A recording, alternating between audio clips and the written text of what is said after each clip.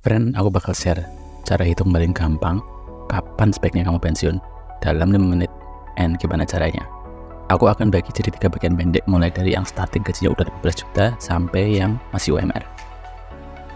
Pertama, kamu buka kalkulator pensiun. Misal kita set usia awal kamu 30 tahun, kemudian gaji kamu udah 15 juta, kebutuhan bulanan kamu 4 juta, lalu keinginan bulanan kamu 2 juta.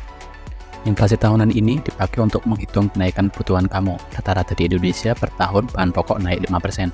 Sementara inflasi keinginan ini bisa diatur. Misal kita mentoleransi keinginan kita per tahun boleh naik 1%. Untuk return investasi misal kita set 5% per tahun. Jadi kalau gaji 15 juta, kemudian pengeluaran 6 juta, jadi sisa 9 juta, kita tabung dalam bentuk misal deposito atau yang semisal. Kamu juga bisa set lebih tinggi dari 5% dengan catatan kamu menginvestasikan ke instrumen yang tepat. Tapi itu nggak aku bahas di video kali ini. Berikutnya, dana sosial itu bisa kamu set dalam setahun berapa yang harus kamu keluarkan. Misal aku pakai perhitungan zakat 2,5%. Kamu bisa set dengan angka yang lain. Setelah itu kamu masukkan angka harapan kamu pensiun di usia berapa. Klik tombol lihat hasil. Dari simulasi ini kamu bisa lihat kalau di usia 50 tahunan sebenarnya kamu udah bisa nyantai. Maksudnya return investasi kamu per bulan udah lebih besar daripada pengeluaran bulanan kamu. Di usia 50 tahun ini kamu sebenarnya udah bisa resign and gak usah ngapa-ngapain kalau kamu beneran ingin istirahat. Dengan catatan pengeluaran bulanan kamu tidak melebihi apa yang sudah ada di kolom pengeluaran. Misal di usia 51, maksimal pengeluaran bulanan adalah 10 juta.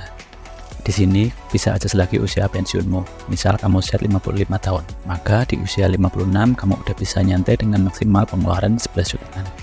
Bisa nggak usia pensiun itu pendek? Bisa, ada 3 cara. Pertama, kurangin pengeluaran. Kedua, tambah pemasukan. Ketiga, gabungan dari kedua cara itu. Kita coba cara pertama ya. Misal keinginan bulanan kamu tekan jadi 1 juta per bulan. Kita lihat efeknya. Di usia 44 tahun kamu udah bisa nyantai. Cara kedua, tambah kamu punya penghasilan. Misal tiap periode tertentu kamu naik gaji 1 juta. Dengan posisi pengeluaran bulanan tetap dikontrol seperti simulasi itu, maka di usia 43 tahun kamu udah bisa pensiun. Ada cara lain yang nggak perlu naikin gaji. Misal kamu cari investasi alternatif dengan return 10% per tahun. Maka usia 38 tahun kamu udah bisa nyantai. Ekstrim kan? Nah, ini adalah komponen yang paling signifikan untuk mempercepat usia pensiun kamu. Investasi apa yang kasih return di atas 10% akan kita bahas di video yang lainnya. Nggak usah disimulasiin, kombinasi dari keduanya jelas akan mempercepat usia pensiun kamu.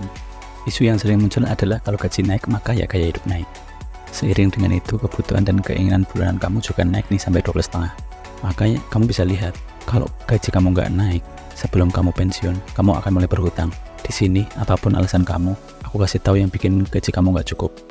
Cuma satu, yaitu gaya hidup.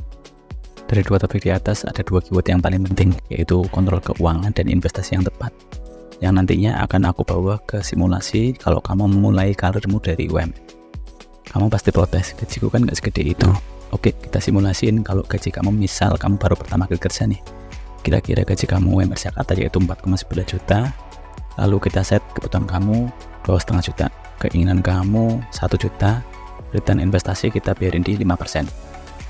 Kamu bisa lihat kalau kebutuhan dan keinginan kamu nggak bisa ditekan lagi, sementara gaji kamu tetap, maka di usia 50-an kamu udah minus nih cash flow. Pasti nggak fair dong kalau kamu gaji nggak naik. Kita simulasi ini, misal tiap periode tertentu gaji kamu naik 500.000. Kamu bisa lihat kalau setelah usia 60 kamu berhenti, maka dengan pengeluaran yang ada kamu masih bisa bertahan di angka usia 80-an. Setelah itu kamu butuh bantuan orang di sekitar kamu, bisa jadi anak kamu atau siapapun itu. Ini bukan salah atau benar, tapi ini konsekuensi yang harus kamu tanggung. Mohon maaf nih, misal di usia tersebut kamu harus minta bantuan anak kamu, berarti kamu harus, satu, jelas kamu harus punya anak. Kamu nggak boleh kepikiran child free. Yang kedua, kamu harus bisa didik anak kamu untuk berbagi dari kecil. Kamu harus punya anak dengan income yang lebih, sehingga dia bisa bantu kamu. Keempat, kamu harus punya menantu yang mengizinkan anakmu membantu kamu. Nah, ini kan PR banget ya, karena itu pasti bukan hal yang mudah. Ada nggak solusi selain itu? 1. Kontrol pengeluaran kamu di bawah target. 2. Cari sampingan bulanan. Kita simulasi ini, misal kamu punya sampingan bulanan 500.000, maka usia bertahan dengan kaki sendiri kamu bisa naik ke usia 89 tahun. Apalagi ini misal di usia 30 tahun, kamu bisa dapat sampingan 1 juta, maka angka kemandirianmu akan meningkat sampai 100 tahun. Pesan dari simulasi ini adalah ada beberapa hal yang bisa kamu kontrol lebih mudah daripada kamu kontrol menantu kamu. Yang pertama, kesadaran untuk mengontrol pengeluaranmu. Yang kedua, pelajari investasi dengan benar. Yang ketiga, rencanakan karir dengan baik. Yang keempat, cari sampingan yang gak ganggu karir. Untuk poin nomor 3 dan 4, aku ada alternatif buat kamu. Yang lagi booming sekarang adalah jadi content creator. Pasti kamu berat untuk mulainya kan?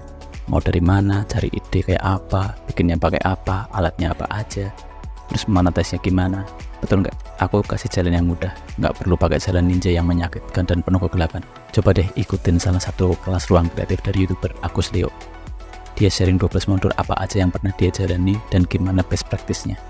Mulai dari cari ide yang gampang sampai ke cara monetize kamu punya konten. Jangan lupa pakai link referral aku di deskripsi ya. Buat kamu yang lagi bangun karir, ini saatnya kamu menyukai apa pekerjaanmu. Pasti akan datang masa di mana kamu hanya akan mengerjakan apa yang kamu suka.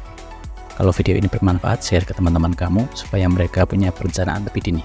And buat kalian yang pengen Excelnya, bisa di-download di kapanpensiun.com. So, kapan pensiun? Tulis di kolom komentar ya.